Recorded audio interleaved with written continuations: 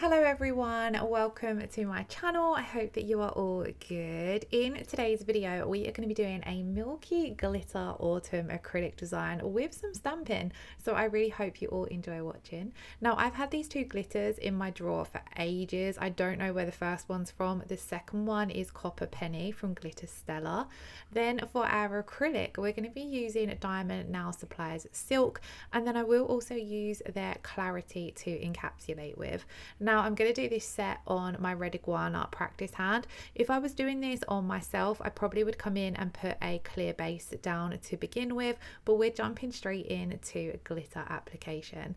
Now to apply my glitters, I want to kind of layer these two glitters up because I wanted a mix of the gold and the copper, and then I also wanted to make sure that there was some fine glitter particles down, and the copper one is quite chunky. So I'm coming in with a teeny tiny bead of clear acrylic, dipping into the raw gold glitter to begin with, placing this down at the cuticle area, and then I'm going to start blending it down. Now this glitter mix does also have some chunkier circle pieces in there as well, so I'm trying my best to nudge the fine glitters up towards the cuticle area, but kind of pull those chunkier glitters away from the cuticle area just so I can encapsulate them in nicely. Then over the top of the gold glitter I'm going to do the same again, but with this beautiful copper glitter. So I'm just picking up really small wet beads of acrylic, dipping into that raw glitter, placing it down on the nail and kind of allowing the glitter and acrylic to merge, and then I'm just going to start tapping those glitter pieces into place.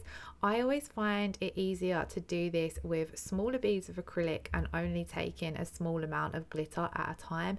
That way you don't end up with lots of glitters kind of all stuck together and layered over one another, and then you also don't end up with a too chunky nail, which is going to end up looking really bulky after you've encapsulated it.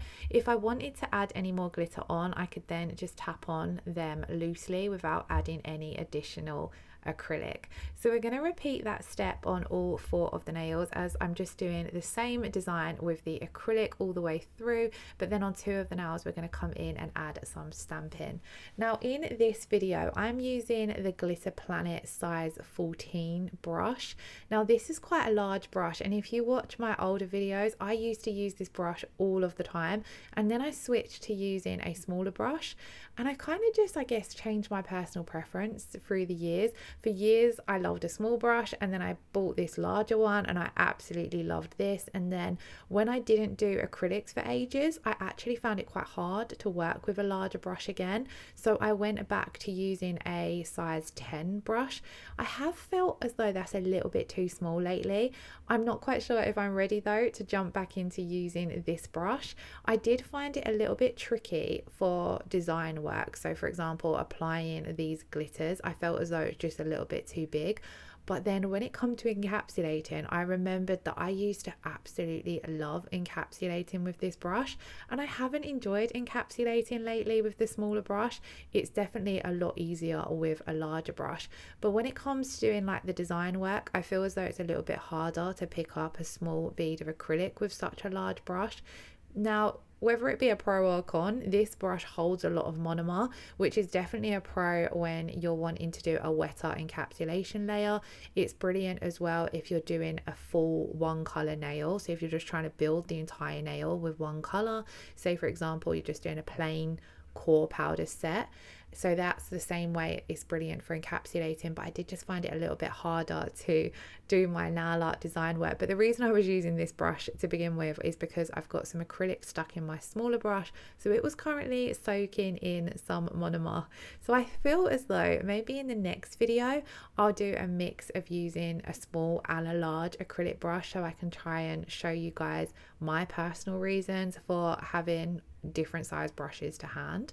But I do love this brush. Like I said, for encapsulation it picks up such a nice large bead, and then because it holds a nice amount of monomer, you can really work that bead without having to put too much work in, if that makes sense. But as we're going through here, I'm just trying my best to work with small beads of acrylic, getting a thin layer of glitter down, layering up those glitters, and then we are gonna fade some milky white acrylic down from the tip of the nail. So I'm blending these these glitters out, because I don't want it to be a harsh line where that glitter just ends, because then that's going to make it harder when we're blending our acrylic over the top. So as you can see, I've pulled some of the finer glitters down just so it blends out nicely. Originally, when I was going to do this design, I wanted to do purple and copper, so I was going to do purple down at the tips, but then where I had these natural white nail tips in, I quite liked the contrast between the milky white and the copper, so I've added a purple and copper now design to my list of designs to try, so maybe you'll see that in the future. Let me know any color combinations you would like to see. Now I am going to let these glitters set for a few minutes before I come in and do this next step, just because I don't want to be moving them around when I'm applying the milky white acrylic. So this is Silk from Diamond Nail Supplies, and it is a lovely soft white. I personally much prefer working with a softer white acrylic to a bright white acrylic, so this is also great for those classic baby boomer ombre designs as well.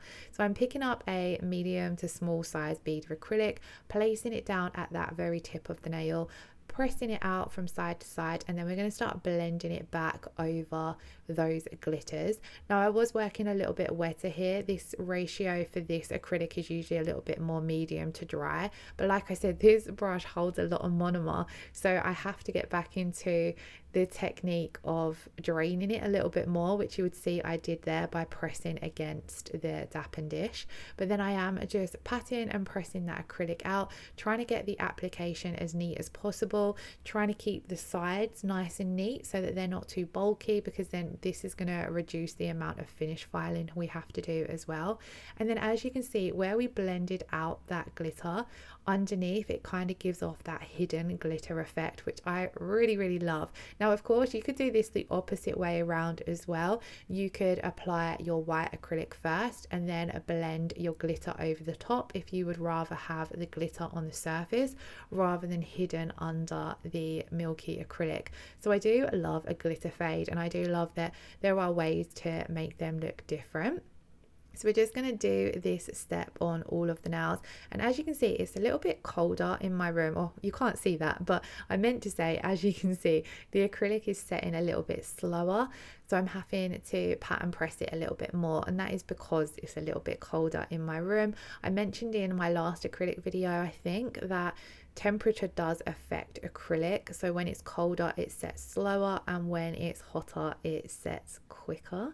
So it's setting a little bit slow here, so I'm just trying to play around with it just so that it's not going to run off the sides. And then this also was because I was working a little bit wetter with it as well. Now on this particular nail, it didn't blend back as much as I wanted it to, so I'm going to come in with another small bead of acrylic, place it down where that previous bead of acrylic finished, take it from side to side, and then swipe it down towards the tip so that there's no patchiness.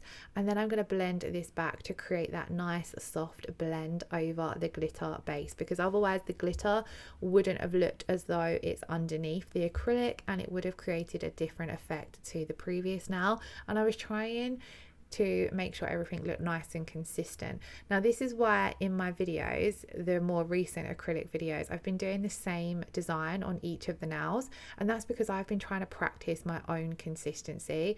So for example, a lot of the time when I used to upload acrylic nail designs, I would do a different design on all of the fingers, but I love doing that. I love how that looks, by the way. But recently, where I haven't done acrylics very often, I've mentioned in a few videos, I really feel as though I've lost my knack for acrylic.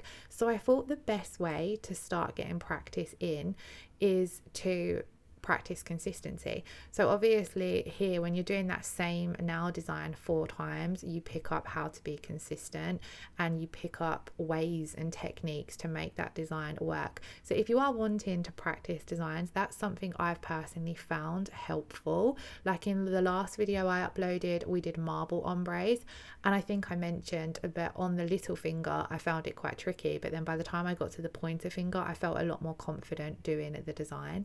I'm not quite yet brave enough to do 4 consistent French nails with acrylic. That has been something that I've always struggled with. It's definitely something I will give a go though. I don't get much time lately to practice and do videos, so that's why I sort of thought instead of just practicing acrylic off camera, I would practice along with you guys.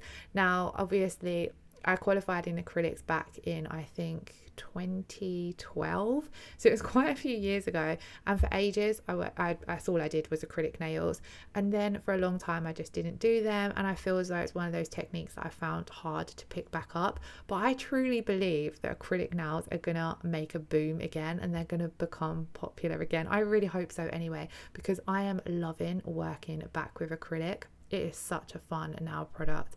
So yeah, I'm really loving practicing and recording it and uploading it to YouTube. So I hope you guys are enjoying the acrylic videos, even though they're not necessarily tutorials, but they're a great way to practice and share your progress, and maybe you guys can practice along with me. So here I've done all of the silk acrylic application. Again, left this to set for a few minutes, and we're then going to come in and encapsulate. So to encapsulate over glitter, I wipe over the glitter with some wet monomer to begin with. This is just going to help the clear acrylic flow nicely over that glitter and kind of like get into all the little nooks and spaces between the glitter pieces. I also find it a little bit easier to encapsulate slightly wetter when you're encapsulating in things like chunky glitters or whatever it is you're encapsulating, because let's be honest, you can encapsulate quite a lot into acrylic, which is something I love about it. So I placed down that first bead of acrylic at the cuticle area, tapped it up into a place, and was mainly focusing on encapsulating all of that glitter, and then pulling it down towards the tip of the nail so that we start encapsulating in that blend between the silk acrylic and the glitter. And then I picked up a second bead of acrylic and used this to build up a little bit more of an apex. Because the glitter application is quite thin, we're wanting to build up our strength and structure in this encapsulation layer as well. Now the silk white acrylic powder is a core powder, so this doesn't need to be encapsulated for strength purposes, but I had worked with it quite thin, so I wanted to make sure that there was a clear layer over the top of it so that there is the structure there, as that is also, although that's not needed because we're working on a practice hand, is something I want to make sure I'm always practicing, because I really want to get back into doing acrylics on my own nails. So obviously when you're wearing them on yourself, or if you're doing them on a client, you want to make sure that you've got your strength and structure on point, otherwise you're going to suffer breakages. So at all points I'm kind of checking the nail from all angles and making sure that I'm happy with my apex, I'm happy with the thickness, I'm happy that there's enough strength and structure along any of the stress points. So if I do need to come in and apply more acrylic, I can. I did do the other 2 nails off camera, and then off camera I filed and buffed all of these nails as well, gave them a good dust to remove as much of that dust as possible, and then I'm just going to wipe over with some alcohol on the middle and ring finger, because we're going to do some stamping on these. So like I mentioned at the start, I originally was going to do the tips of these nails kind of like a purple burgundy colour, so I thought I would add a hint of that colour in with some stamping. So I'm using one of my favourite autumn plates. This is the Autumn Leaves stamping plate from Miss Lucy UK. I do have a discount code for Miss Lucy, so I'll leave that in the description box below. But I'm just going to stamp on 4 leaves, so 2 on each nail. So we're going to stamp down this first one, and I really loved this contrast of colour against that milky gold base that's underneath. So let's go in and start stamping. So I'm going to go in and clean off all of my plate with some acetone. I always do this between each image to make sure that each image is going to pick up nice and clean. I'm then using the Born Pretty stamping polishes, so I'm going to apply a small amount of this to the image, scrape the excess. I usually scrape 1 to 2 times. Then I'm going to pick this up on a clear jelly style stamper. This is just a cheap stamper I picked up from AliExpress. I'm then going to remove any excess image that I've picked up using a lint roller, and then we're going to press this down onto the nail. And I always like to do a little rock backwards and forwards just to make sure that that has pressed on, and then pull off. And then we're going to clean that plate off and repeat those steps. So on the first two images, I went for kind of like outlined images with a little bit more detail to them, and then on the next two I decided to go for more smaller solid images, just because then we got a bit more of that color coming through. And I really loved how this looked. This is definitely the kind of design I would wear on my own nails. For speed purposes, adding just a little bit of stamping onto two of the nails is a little bit quicker, and then it kind of just draws attention to those two nails, so it makes your nail art pop a little bit more. And then also because I really wanted the gorgeous ombre to still be a main part of this nail design, so by leaving the first two nails, sorry, the pointer and the little finger just as the acrylic designs, you can really see that. So I'm then going to seal everything in with my top coat. So I'm using the Kiki London's crystal top coat here, and I'm just going to apply a layer of this to all of the nails.